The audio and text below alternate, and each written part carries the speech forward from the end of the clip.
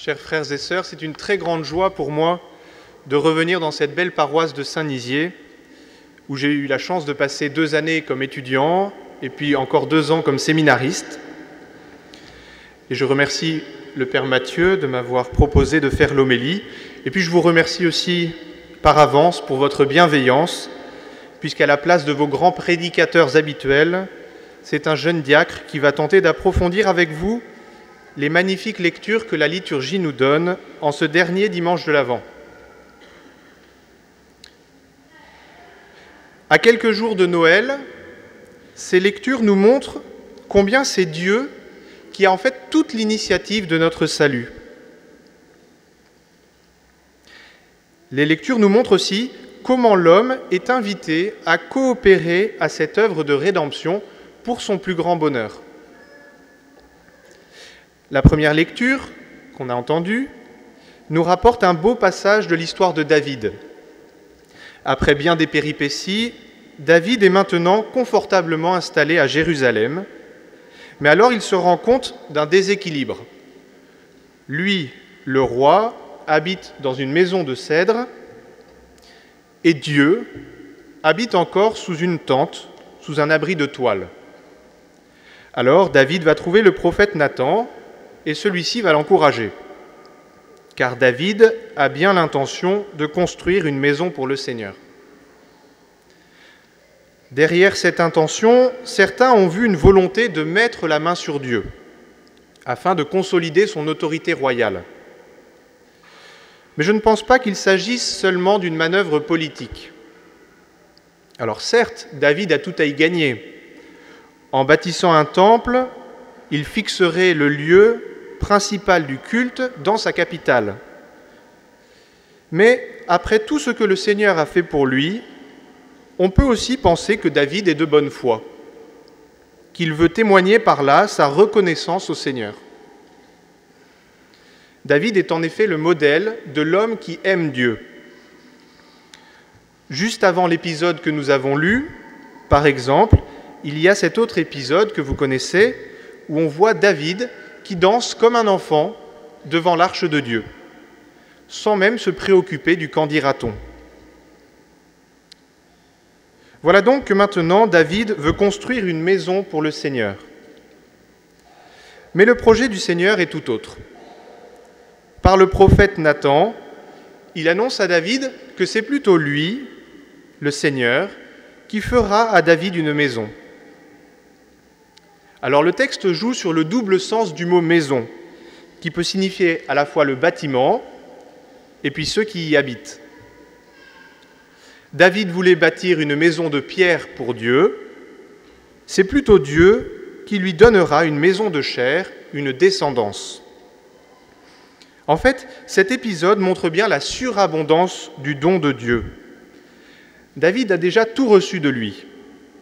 Et au moment où il voudrait le payer en retour, c'est Dieu qui lui promet de faire encore plus, de lui donner encore davantage. Il lui promet un successeur parmi ses fils et il lui annonce cette promesse : « Ta maison et ta royauté subsisteront toujours devant moi, ton trône sera stable pour toujours. »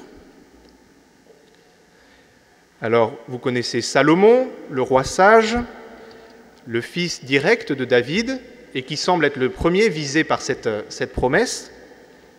Mais Salomon, qui construira le temple, est encore la figure de l'autre fils de David, Jésus, dont le propre corps sera le temple vivant de Dieu. Car en fait, la véritable maison de Dieu sur terre, c'est le cœur de l'homme. Cet épisode de la vie de David nous montre bien que l'amour de Dieu n'est ni à acheter, ni à rembourser. Le plan de Dieu dépasse infiniment tous nos calculs humains. Dans l'Évangile, la figure de Marie contraste avec celle du grand roi David. Pourtant, cette humble jeune fille de Galilée va devenir la reine de l'univers en accueillant dans son sein le roi des rois, le Fils unique de Dieu.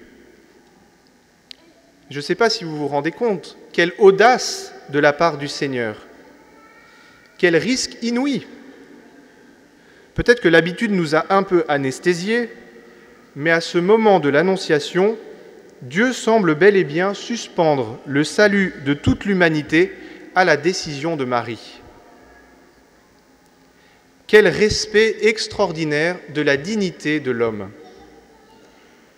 Après avoir montré aux rois qu'ils ne peuvent pas rivaliser de générosité avec Dieu, voilà qu'une humble jeune fille est maintenant invitée à donner son consentement à l'œuvre de Dieu. C'est lui qui a toute l'initiative du salut.